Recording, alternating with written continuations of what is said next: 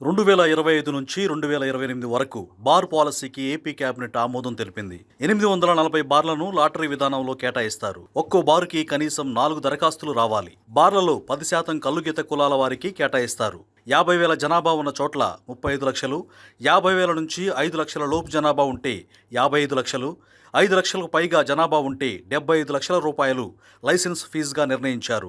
ఉదయం 10 గంటల నుంచి రాత్రి 11 గంటల వరకు మాత్రమే అనుమతి ఉంటుంది. మద్యం దుకాణాలు ఉదయం 10 గంటల నుంచి రాత్రి 10 గంటల వరకు తెరిచి ఉంచుతారు.